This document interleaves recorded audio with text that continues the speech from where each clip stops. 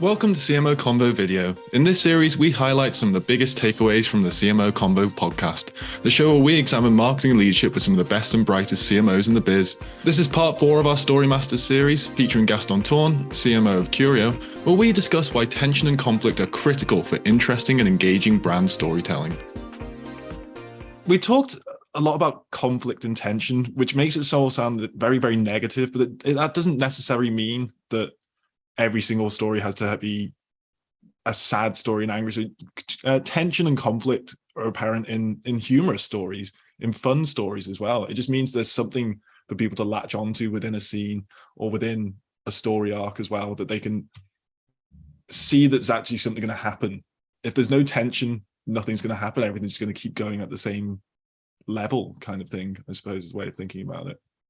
Completely, yes. I don't think conflict and tension means negativity. Conflict and tension means going back to, we were talking about scenes being the atoms of stories. Then going back to physics, it's basically just two forces that are pushing in different directions. But that doesn't mean necessarily that it's a negative force. I think, as you said, comedy uses tension quite a lot. Like every single scene from going back to another UK classic, Mr. Bean, right? Every single scene has a lot of tension. It's either Mr. Bean being sloppy and actually not managing to do something that is quite obvious and quite everyday, but basically it's bringing back that kind of sense of absurdity to everyday life. And that's the tension, right? There's still tension because he's sloppy or because he doesn't follow everyday conventions. But it's funny to watch. It's not sad to watch Mr. Bean's tension, but without that tension, you wouldn't be watching it. If anything, Mr. Bean is the tension that gets introduced to the scene.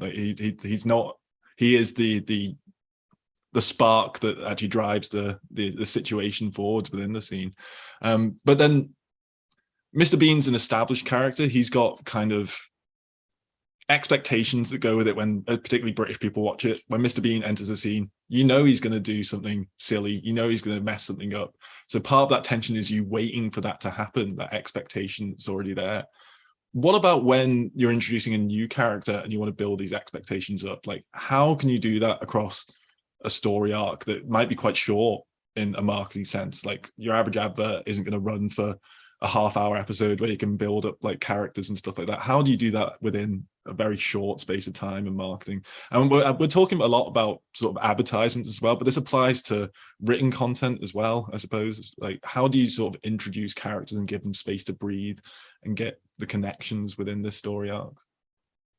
So I think a really good example, quite a recent one, is Polyform's campaign that is called One Stories. Not sure if you watch it, but I thought it was a really beautiful campaign, and particularly their campaign video, the hero created, they did. I think it was very beautiful because it brought back the tension of what women experience when they have a period, right? I think usually most advertising in that category tries to show, again, perfection, tries to show just women solving their body pain in an unrealistic way, right? It's almost we are all kind of already quite familiar with those ads that show the perfect mom waking up, just having an makeup on already, yes, makeup already, incredible, and that's not reality. I mean, we know how's the morning of any working person, and especially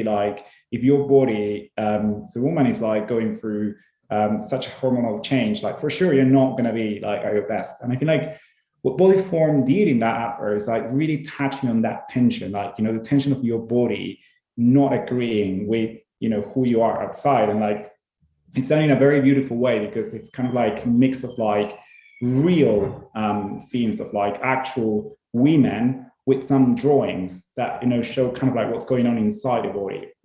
And I feel that kind of tension between reality versus feelings and imagination, which I think is done very beautifully in the actual advert, by having drawings versus real images.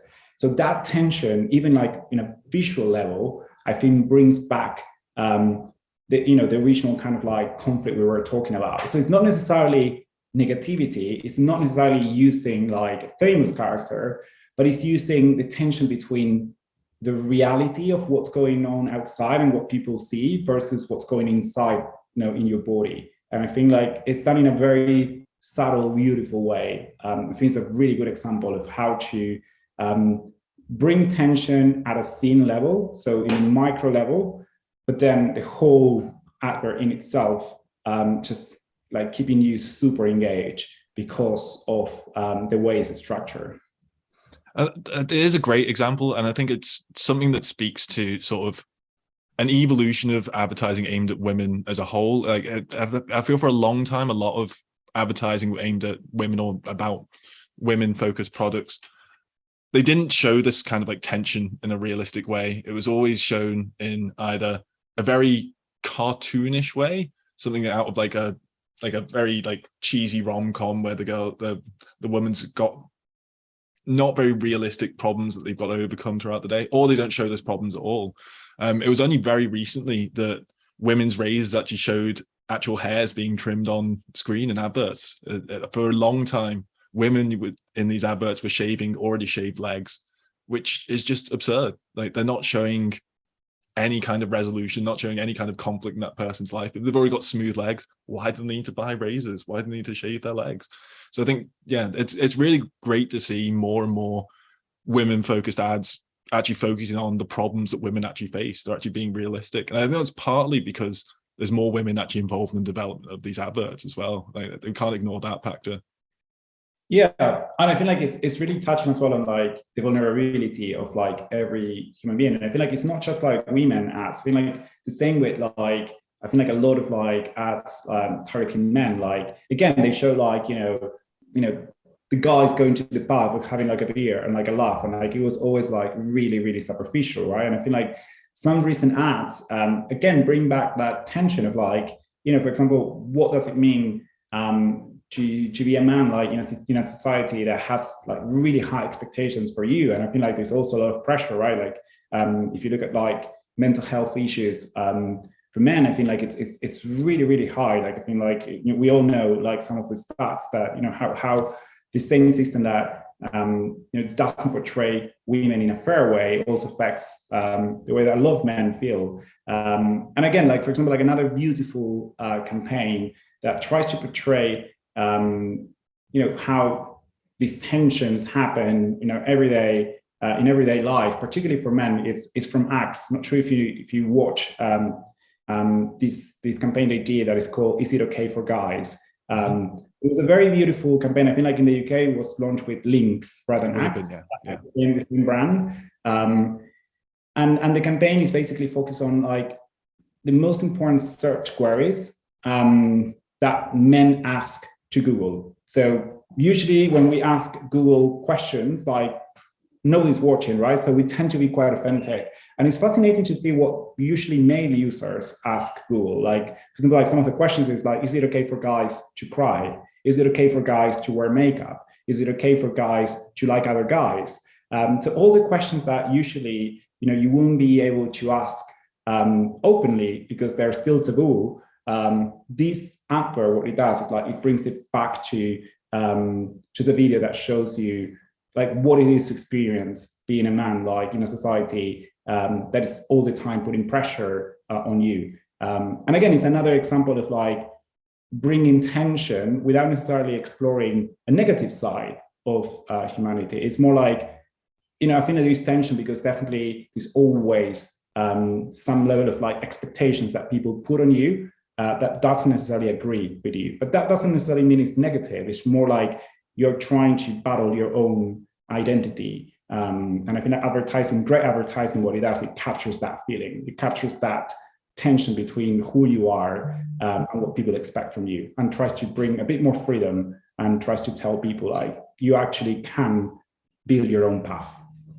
To some extent, the audience is almost bringing their own tension to these situations. Their own sort of awareness of the world around them sort of builds that tension already, which allows these ads to be that release. So I suppose if you're tapping into a broad enough issue that people are facing, then that tension building's already done. And then it's all about you kind of building on resolutions of that, showing the confrontation stage, and then the resolution. So the tension's kind of already built up through audience empathy almost. Completely. Yes. And I think particularly some of the most beautiful actors, what they do is they talk about internal tensions. And as you said, those internal tensions, we all experience them, but we sometimes are not able to talk about them openly. So I feel like the arts that are really fostering new dialogues in society are the ones that bring back to the public discourse and the public discussion things that we all experience personally, but perhaps we don't discuss in a public forum. And I feel like a lot of arts, what they're trying to do now is just really disrupt the public conversation by bringing that internal tension to the outside world.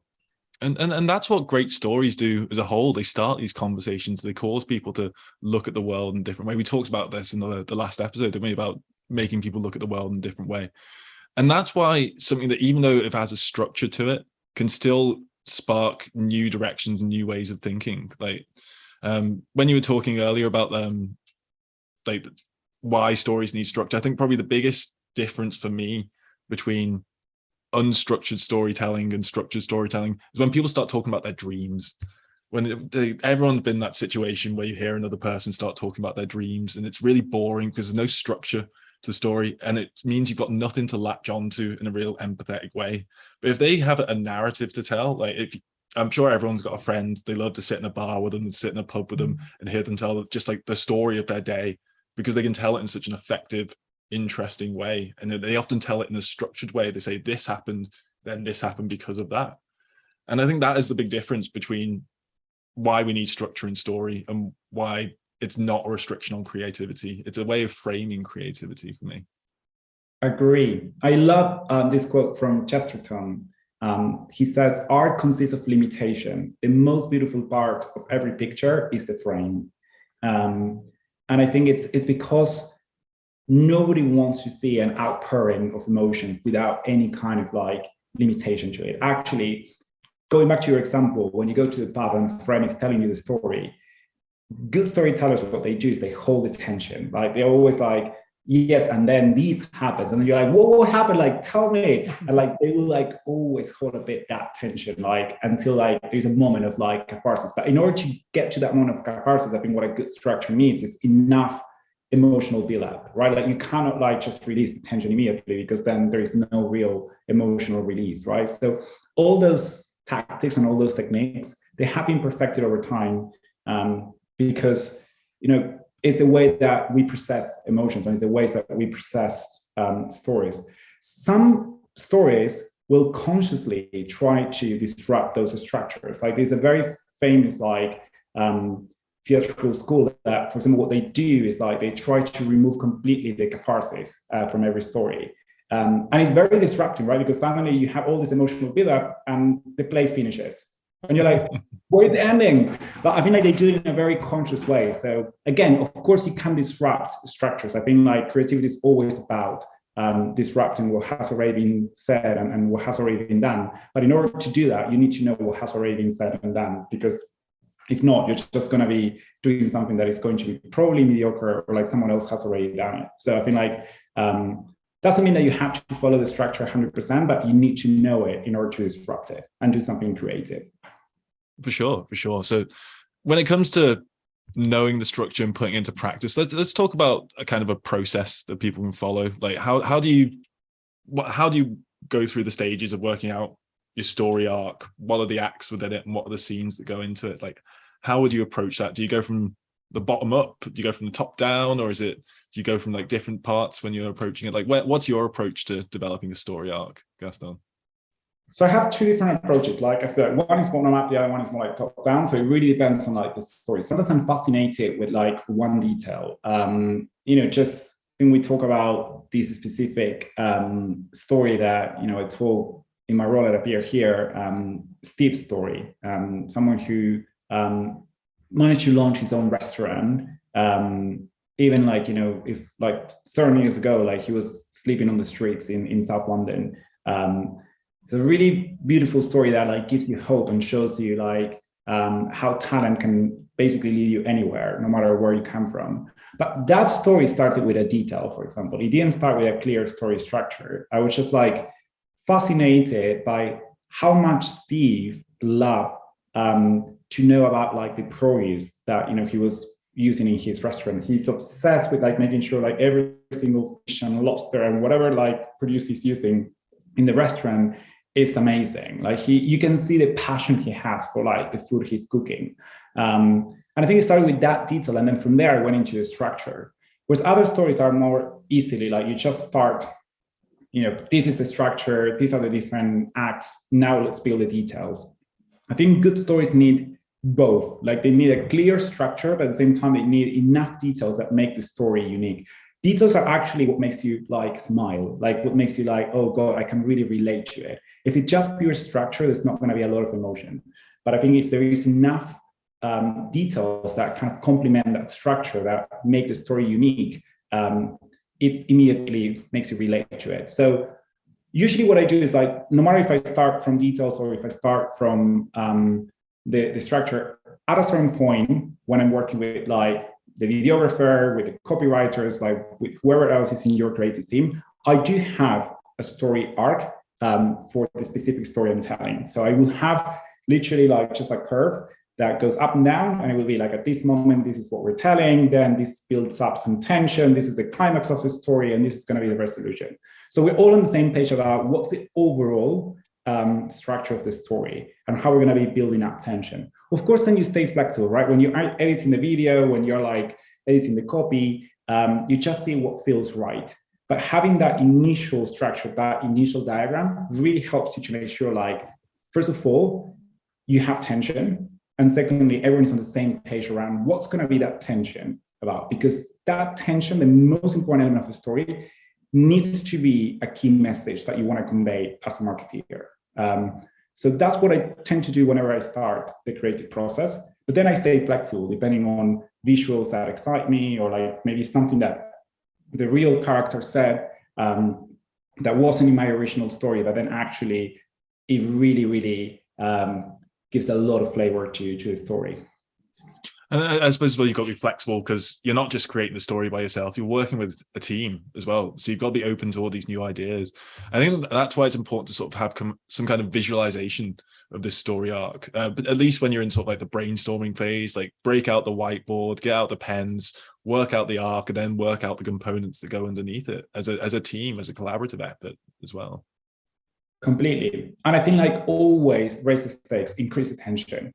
I think we tend to, in business particularly, I think we tend to tell very vanilla stories. And just like, I think like that's usually the biggest mistake I see in marketing or business storytelling. We don't add enough conflict. We shy away from conflict. Even I would say in internal presentations, whenever my team is presenting something to the rest of the senior leadership team, I ask them as well, like, who is the dog of your presentation? You're just presenting me numbers, but those numbers are not going to keep the rest of the senior leadership team engaged. You need to start with like why they should care.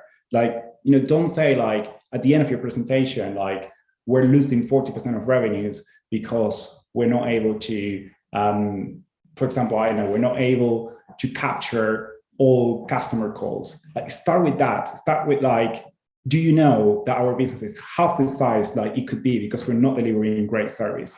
That captures my attention. You're starting with attention, and then explain me how you're going to fix it. But don't start with how you're going to fix it, and then at the end tell me why it's important.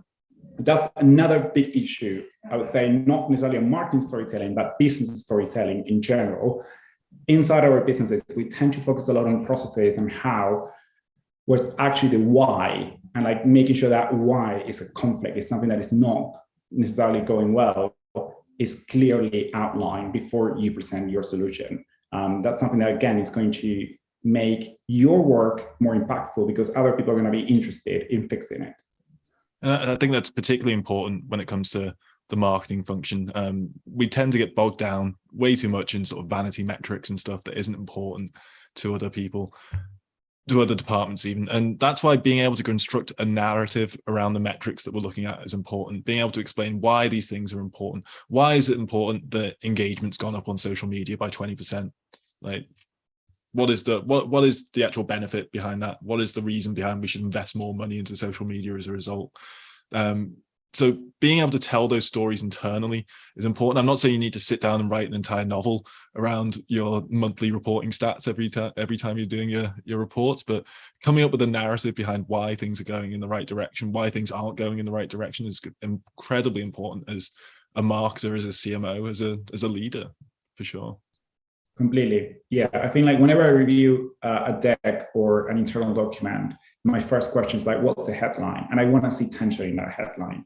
Because if the headline is just basically a description of the numbers or a description of what's going on, people are not going to act on it. Like there needs to be a certain element of conflict or something that you're going to fix in order to keep people engaged internally. So definitely, like, marketeers, we obsess about influencing people outside of our companies. And I think that's what our job is all about. But we need to have the same rigor when it comes to internal storytelling, because if not, we're always going to be the coloring department. I think like if you really want to be a really, really important contributor to the success of a company, you need to show what kind of problems you're solving. As you said, like social engagement, what does it mean? Like what problem are we solving for the company by increasing social engagement? Because in itself, no one's going to care about that metric. They might not even know what it means, even. Like it's such like a broad term, social engagement, but it's one that we throw around a lot as marketers. But at the end of the day as well, we're not just the only people telling a story within the company as well. Being a good storyteller as a marketer, I think it's something we talked about maybe on the first ever podcast we recorded together, Gaston. It's helping other people tell that story along with you. It's getting other people engaged with the story that you're trying to tell in an effective way, getting other departments aligned behind the campaigns that you want to run. Being an effective storyteller means bringing all these different people into the fold and getting them excited about telling that story with you.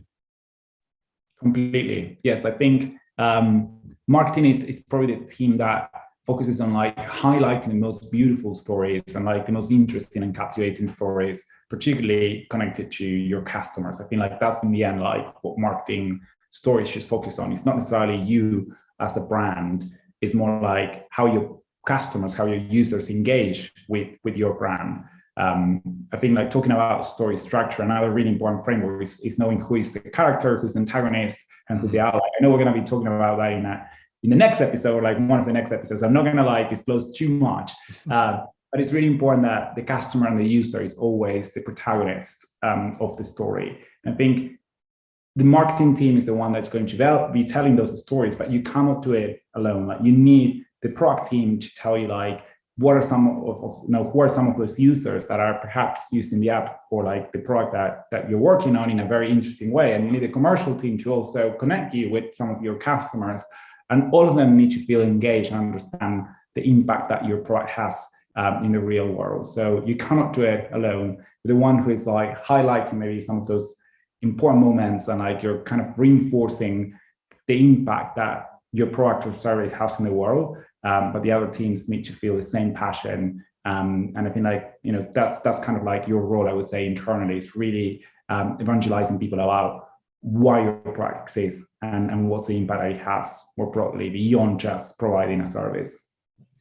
That's great note to end on there, Gaston. And you've also given us a nice little handy preview of an upcoming episode. We are going to be digging into the murky waters of protagonists and antagonists and what that means for your marketing in a future episode. I've thoroughly enjoyed this conversation, as I do every time we speak, Gaston. As I've said before, storytelling, it's one of my favorite things to talk about, marketing and story structure as well. It's always something fascinating to dig into there because you see these story structures. Once you know what they are, you recognize them all the time. And I think that's probably the best thing I can say to our listeners to do. Like start thinking about the stories that you watch or you read and how they fit into this structure. And it'll help you think about how you're telling your stories in different ways as well, how you're working them into structures. You don't necessarily have to go out and read loads of screenwriting books, like, although I would recommend it if you want to be a great storyteller, but just start paying attention to the actual stories you're absorbing. That's probably my main piece of advice here. Completely. And if you want to be a disruptor and you don't believe in structures, still like watch those stories, try to understand their structures, because you're not going to be able to disrupt anything unless you know what is already the norm. So still hold that revolutionary act that, you want to like disrupt storytelling. And if you don't believe in like stories having structures, like believe in that, but first get to know what structures are out there, because you're not going to be able to disrupt anything unless you know what is already the convention. And in the end, you're going to find that you're not going to be able to like completely fully disrupt the story arc. You're only going to be disrupting certain elements of it. And I think that's what great storytelling does. Keeps the convention for 90% and then disrupts 10% to keep things fresh. Want to know more on what it takes to be the ultimate marketing leader? Make sure you like and subscribe to this channel for more insights straight from the biggest marketing minds around. Visit CMOalliance.com for even more resources to take your CMO career path to the next level.